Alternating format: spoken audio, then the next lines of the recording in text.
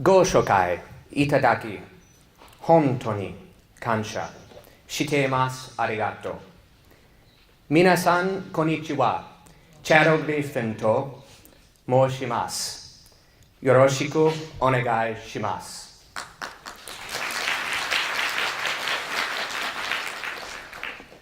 I want to extend a special thank you to the leaders of Work with Pride for hosting me and the entire HRC team here today.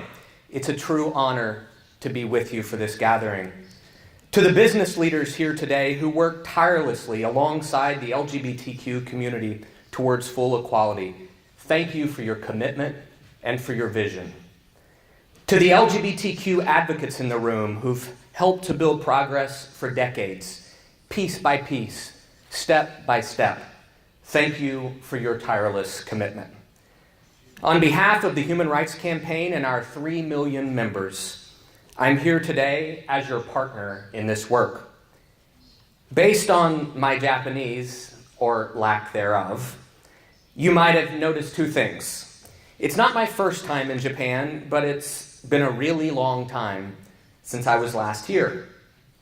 In 1990, when I was a teenager and still deeply in the closet, I spent a summer here on the Japan-US Senate exchange program, living with a family in Osaka. I'd studied Japanese back home in Arkansas, a small rural state, home of Walmart, country music, and the home of President Bill Clinton.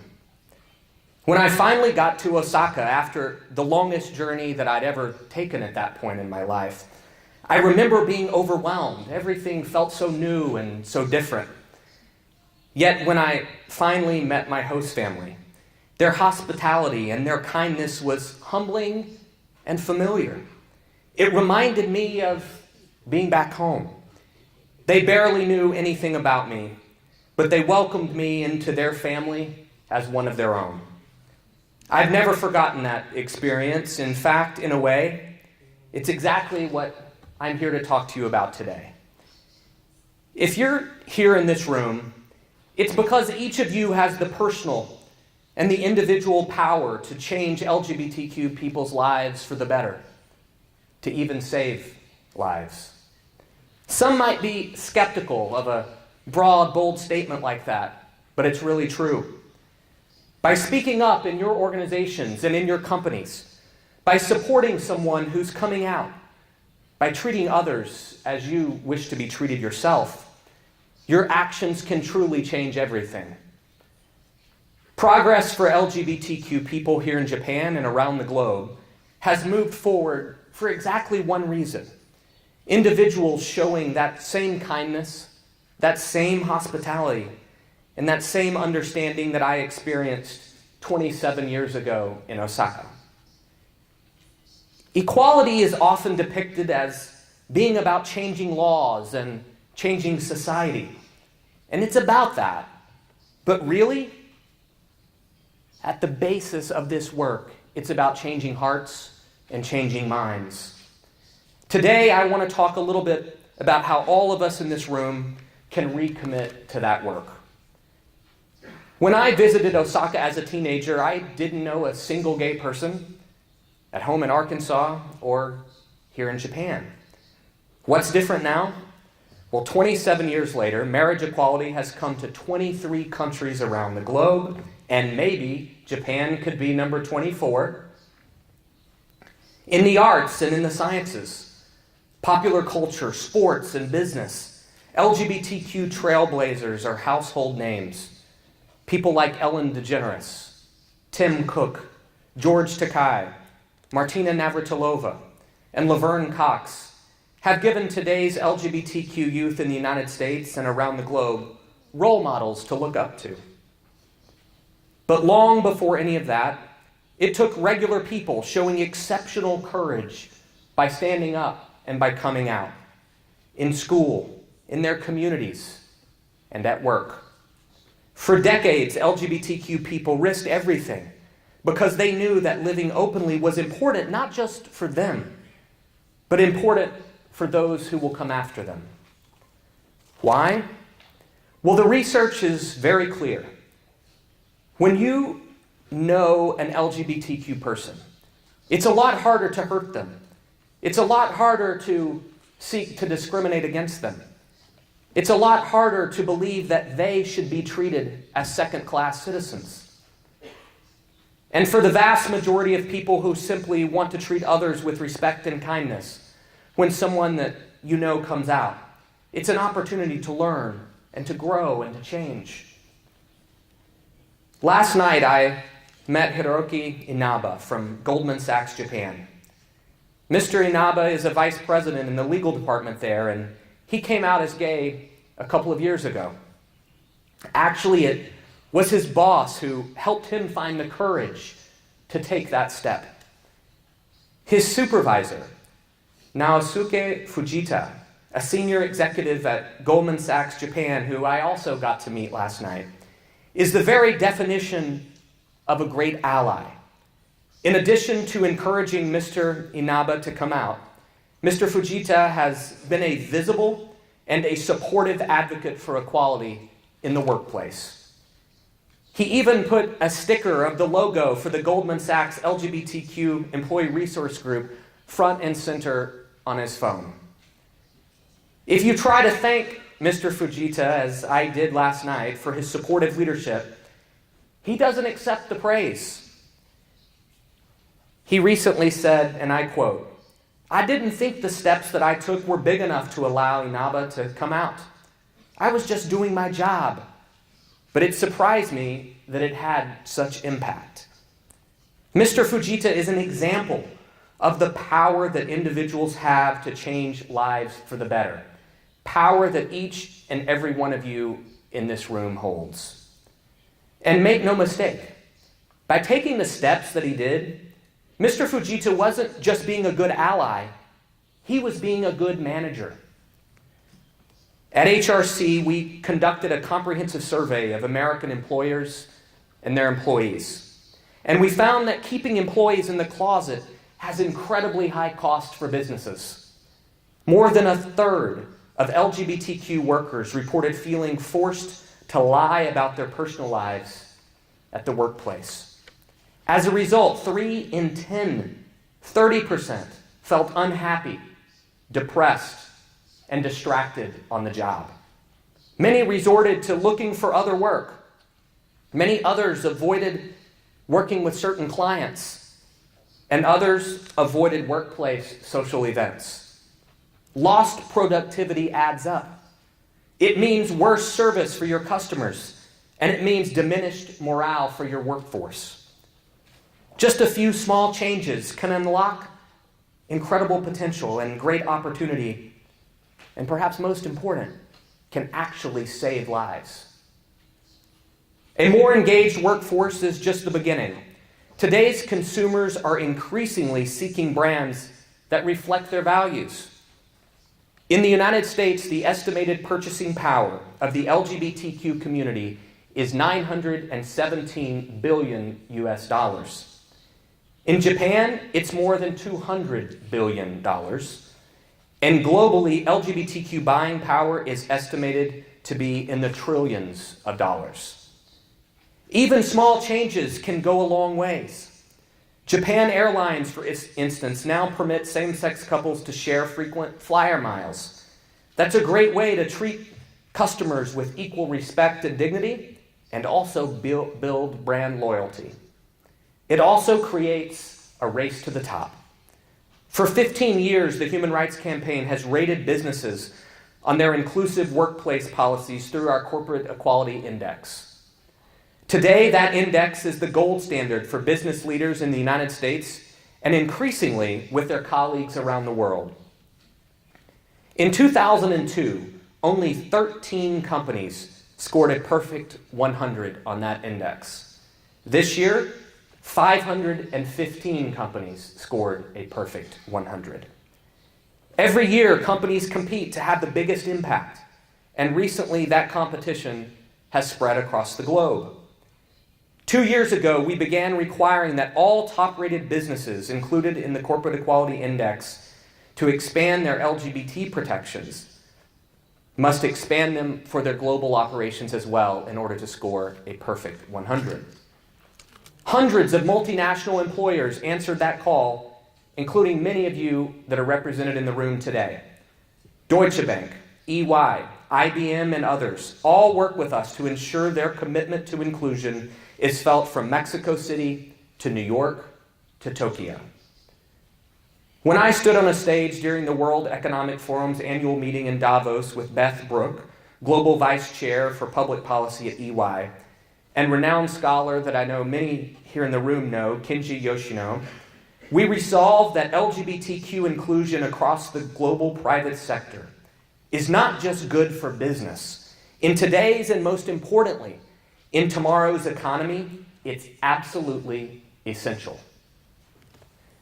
That's why HRC launched our Global Business Coalition, a first of its kind consortium of 37 major global businesses committed to publicly standing up in support of equality. Some of those companies include Coca-Cola, General Electric, Procter & Gamble, just to name a few. Increasingly, Japanese businesses are joining the ranks of their global peers in this space as well.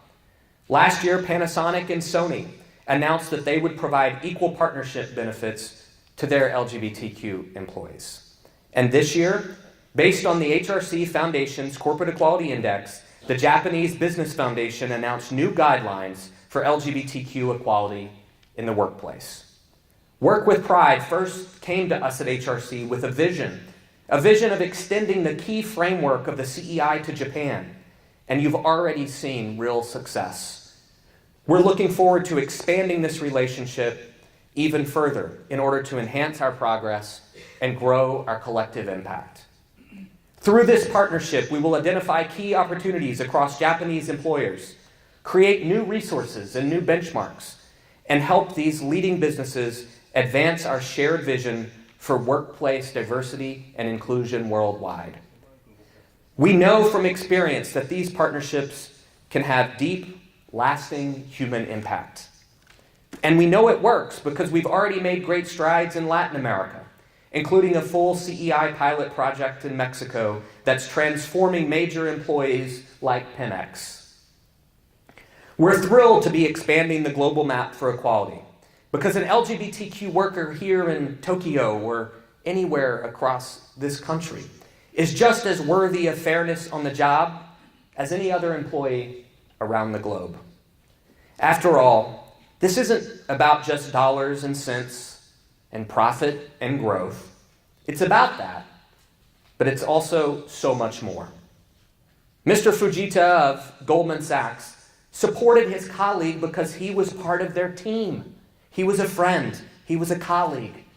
He was another human being. We all know what happens when societies fail to see the humanity in each other. Through the work of HRC Global, we put a spotlight on the severity of those consequences for LGBTQ people around the world. In Chechnya earlier this year, men suspected of being gay were rounded up, tortured, and many killed.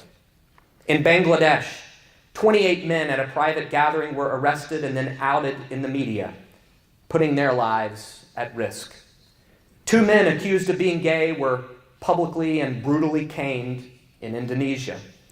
And just last month, LGBTQ people were rounded up and imprisoned in Azerbaijan, and 7 Egyptians were arrested in Cairo simply for raising a rainbow flag at a music concert.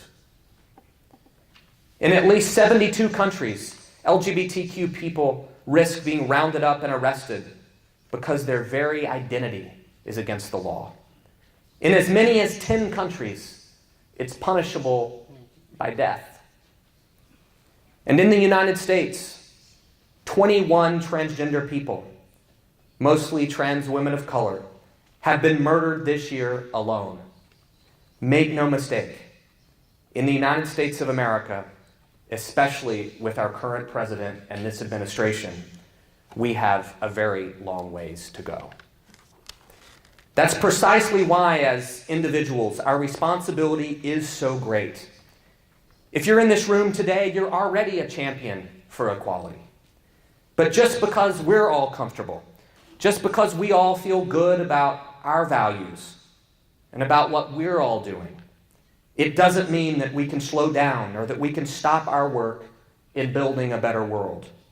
In fact, business leaders have a unique platform that we as advocates don't have.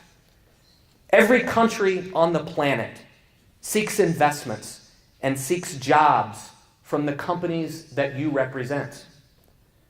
If you stay true to your values everywhere you do business, if you say, we treat our employees with fairness, not just because it's the right thing to do, but because it's good for business too, entire governments and entire nations have to listen to you. Last year, I was at the World Economic Forum with former Vice President Joe Biden. And in a room full of executives similar to this one, he put it this way when he was talking to CEOs of multinational corporations. He looked out at the room and he said, "You have the power that I, as a vice president or even a president, does not have."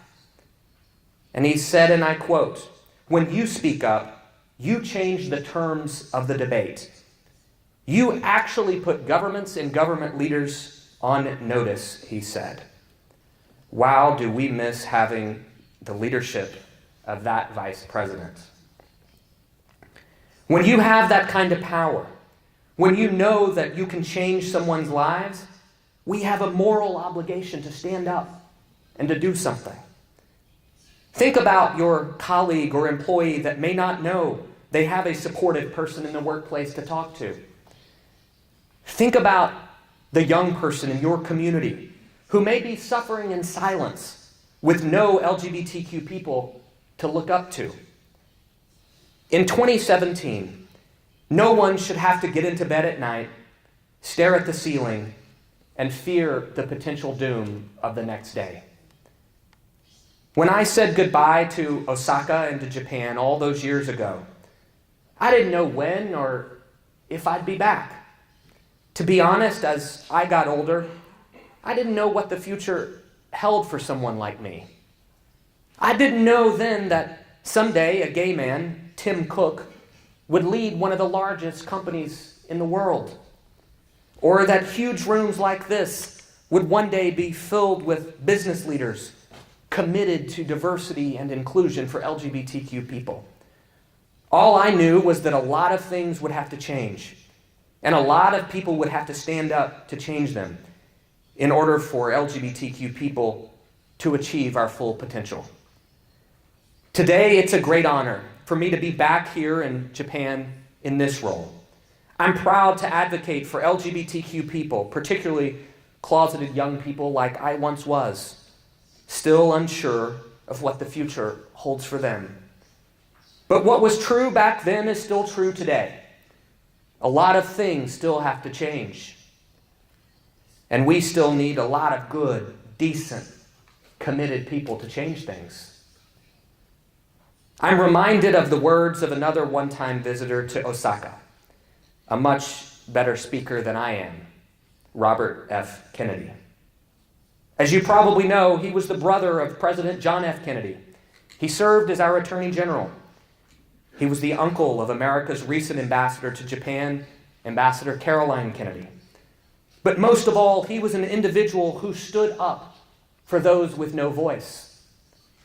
He said this, and I quote, "Each time a man stands up for an ideal, or acts to improve the lot of others, or strikes out against injustice, he sends forth a tiny ripple of hope.